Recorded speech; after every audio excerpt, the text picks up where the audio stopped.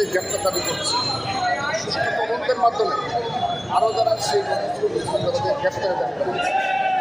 যদি প্রকৃত অপরাধীরা খুনিরা গ্রেপ্তার না হয়, আমরা আমাদের এই আন্দোলন চালিয়ে যাব এবং আরও বৃহত্তর কর্মসূচি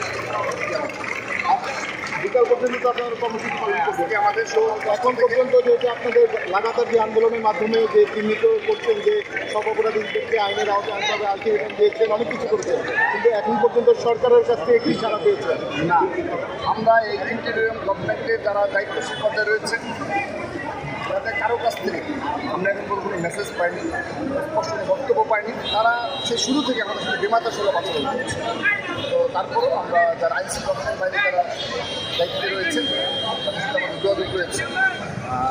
মামলার ডিবিতে হস্তান্তর করা হয়েছে, সেটা আমরা ডিবির যারা দায়িত্বে রয়েছে এবং আমরা তাদের সহযোগিতা করছি।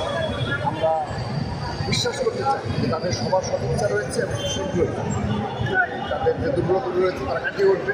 কারণ এই সাম্য হত্যার মাধ্যমে একটা বিষয় স্পষ্ট হয়েছে যে আইন শৃঙ্খলা তাদের কিন্তু দুর্বলতা রয়েছে স্পষ্ট।